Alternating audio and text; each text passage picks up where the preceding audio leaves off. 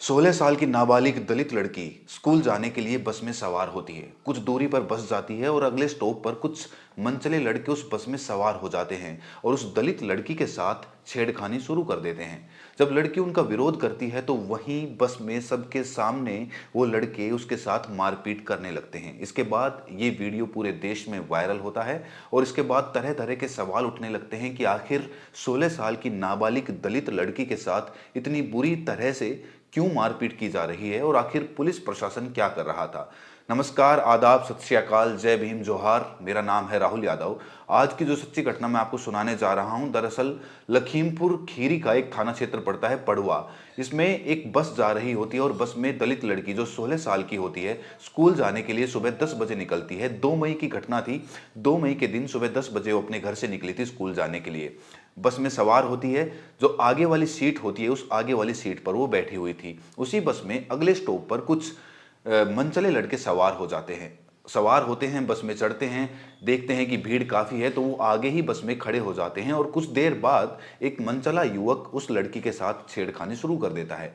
जब वो लड़की इसका विरोध करती है और शोर शराबा मचाने की कोशिश करती है तो लड़का आक्रोश से भर जाता है। आक्रोश से भरने के बाद वो उस लड़की के साथ वहीं पर मारपीट शुरू कर देता है और एक के बाद एक बहुत सारे थप्पड़ उस लड़की को मारता है। इसके बाद उस लड़की के बाल बिखर जाते हैं और उसको बुरी तरह से वहां पर घसीटा जाता है। बस में सभी लोग मूक दर्शक बने हुए थे। उस लड़की की सहायता के लिए कोई आगे नहीं आ रहा था। हिम्मत जुटाकर जो बस का ड्राइवर और कंडक्टर थे वो बीच बचाव करने के लिए सामने आते हैं, लेकिन मामला इतना ज्यादा बढ़ चुका था। उस लड़के के दोस्त भी वहां पर पहुंच चुके थे और लड़की के साथ लगातार मारपीट जारी थी। कंडक्टर और ड्राइवर ने सोचा कि अगर हम बीच में जाएंगे तो शायद लड़के ज्यादा हैं, हम इस मारपीट को छुड़वा नहीं पाएंगे, लड़की को बचा नहीं पाएंगे। ड्राइवर यहां पर एक अपनी समझदारी दिखाता है। वो सीधा बस को धीरे धीरे ले जाता हुआ पड़ुआ थाना क्षेत्र के सामने, पड़ुआ थाना के सामने ले जाकर खड़ी कर देता है और सीधा पुलिस स्टेशन में जाता है, थाने के अंदर जाता है और पुलिस के सामने अपनी शिकायत दर्ज कराता है। लेकिन यहां पर पुलिस एक बहुत ही अतरंगी खेल खेलती है। पुलिस बीच बचाव करने की जगह, कोई रिपोर्ट दर्ज करने की बजाय, एफआईआर दर्ज करने की बजाय, उन लड़कों को अपनी गिरफ्त में लेने की बजाय कंडक्टर को बोलती है कि तुम जाकर खुद ही इसका सुलझेड़ा करो, हम बीच में नहीं आएंगे, तुम्हारा मामला है, तुम खुद सुलटा लो। और इस तरह से जब कंडक्टर और ड्राइवर की वहां पर कोई मदद नहीं होती है तो कंडक्टर ड्राइवर वापस अपनी बस में लौट आते हैं।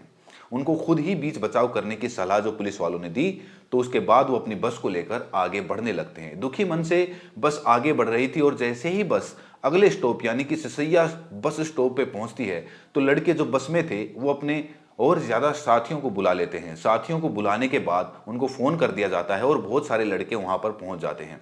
वहां पर पहुंचने के बाद जो बस के कंडक्टर और ड्राइवर थे उनके साथ भी बुरी तरह से मारपीट की जाती है। उनके साथ मारपीट इसीलिए की जाती है क्योंकि उनके अंदर आक्रोश इस बात का था कि तुमने थाने के सामने ये बस ले जाकर क्यों खड़ी की, तुमने हमसे ये बात पूछी क्यों नहीं, और तुम कौन हो बीच बचाव करने वाले, क्या तुम इस लड़की के कुछ लगते हो। ऐसे ऐसे सवाल उस कंडक्टर और ड्राइवर से पूछे जाते हैं, लेकिन इन सवालों का उनके पास कोई जवाब नहीं था। जवाब वो देते भी तो किन्हें देते।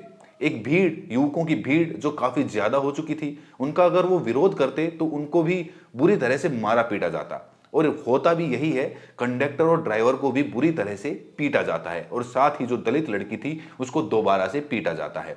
इस दौरान पूरी बस खचाखच भीड़ से भरी हुई थी, लेकिन कोई भी उनकी मदद करने के लिए सामने नहीं आ रहा था। इसी दौरान किसी लड़के ने इस पूरी घटना की एक वीडियो बना ली और अपने सोशल मीडिया पर पोस्ट कर दी, जिसके बाद ये वीडियो पूरे देश में वायरल हो जाती है और तरह तरह के सवाल उठने लगते हैं कि आखिर पीटने वाली लड़की कौन है और पीटने वाले लड़के कौन हैं। तो पता चलता है कि 16 साल की एक नाबालिग लड़की है जो स्कूल जाने के लिए 2 मई को सुबह 10 बजे अपने घर से निकली थी। अब जरा देखिए, अगर पड़ुआ थाना में जब कंडक्टर और ड्राइवर ने बस वहां पर ले जाकर खड़ी की और शिकायत करने की कोशिश की, पुलिस वहीं पर कोई एक्शन लेती तो उस दलित लड़की का जो चरित्र हनन हुआ वो बच सकता था। जो वहां पर युवक थे जो मारपीट कर रहे थे, जो आरोपी थे, उनको वहीं पर गिरफ्तार किया जा सकता था और घटना को वहीं पर रोका जा सकता था। जो बस के कंडक्टर और ड्राइवर थे वो मुस्लिम थे और इसीलिए बाद में जब इस मामले पर कार्रवाई करने की मांग उठी तो उन्हीं पर यह आरोप डालने की कोशिश की गई कि जो बस के कंडक्टर और ड्राइवर हैं वही लड़की के साथ छेड़खानी कर रहे थे। और इस तरह की बातें जब सामने आने लगी तो एक बात और निकल कर आई। जब युवक सिसैया उस बस स्टॉप से भागने का प्रयास कर रहे थे, वो कूदकर बस से भाग गए थे, उनके काफी साथी वहां पे थे, कोई उनको रोक नहीं पाया, किसी ने रोकने का प्रयास नहीं किया कंडक्टर और ड्राइवर के अलावा। तो वो 25,000 रुपये जो कंडक्टर के पास थे, उन रुपयों को चोरी करके वहां से भाग गए। चोरी ऊपर से सीना जोरी, पहले लड़की को पीटा, दलित लड़की के साथ अभद्र व्यवहार किया, बुरी तरह से उसके बाल खींचे, फिर कंडक्टर ड्राइवर के साथ मारपीट की। पुलिस के पास जब लोग जाते हैं तो पुलिस इस पूरे मामले पर कोई प्रतिक्रिया नहीं देती, उनके खिलाफ कोई एक्शन नहीं लेती, और एक्शन नहीं लेती तो इसके बाद तरह तरह के सवाल उठने लगते हैं कि आखिर उन लड़कों की जात क्या थी। क्योंकि जिस तरह से यूपी में कानून व्यवस्था चल रही है, जिस तरह से पिछले कुछ दिनों में केसेस आए हैं, तो उनमें देखने को ऐसा ही मिलता है कि जो दलित समुदाय है उनके खिलाफ तो कोई भी घटना हो जाती है तो आरोपियों के खिलाफ कोई कार्रवाई नहीं होती है, अगर वो राजपूत या फिर ठाकुर या फिर ब्राह्मण समाज के होते हैं तो। और इसी वजह से यूपी में जो जातिवाद की बढ़ती हुई घटनाएं हैं, उन्होंने लोगों के अंदर एक डर और एक कमजोरी का माहौल पैदा कर दिया है। लोग अपने आप को असहाय महसूस कर रहे हैं, क्योंकि कानून ही एक वो आखिरी रास्ता होता है जहां से एक इंसान को इंसाफ मिलने की उम्मीद होती है।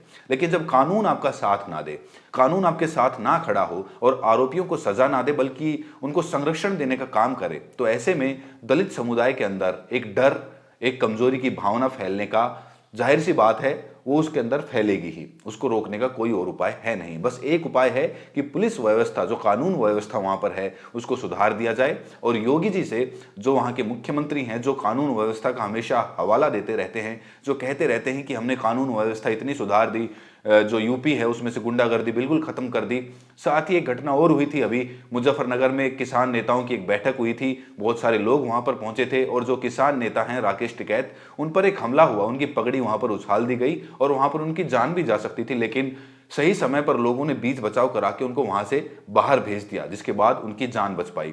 तो इसके बाद ये सुनने को मिल रहा है कि जो कानून व्यवस्था पुलिस की यूपी के अंदर है वो इतनी बदतर हो चुकी है कि जो आरोपी होते हैं उनको संरक्षण देने का काम कर रही है, और जिनके साथ आरोप होता है, जो कि विक्टिम होते हैं, जो पीड़ित होते हैं, उनको इंसाफ नहीं मिल पा रहा है। और इसीलिए तरह तरह के आरोप पुलिस पर लगते हैं और उनके खिलाफ प्रदर्शन भी लोगों के देखने को मिलते हैं। तो इस रिपोर्ट में इतना ही। ऐसी ही खबरें देखते रहने के लिए इस चैनल को सब्सक्राइब करें, नोटिफिकेशन बेल को प्रेस करें। तो मिलते हैं अगली वीडियो में, तब तक के लिए अपना ख्याल रखें।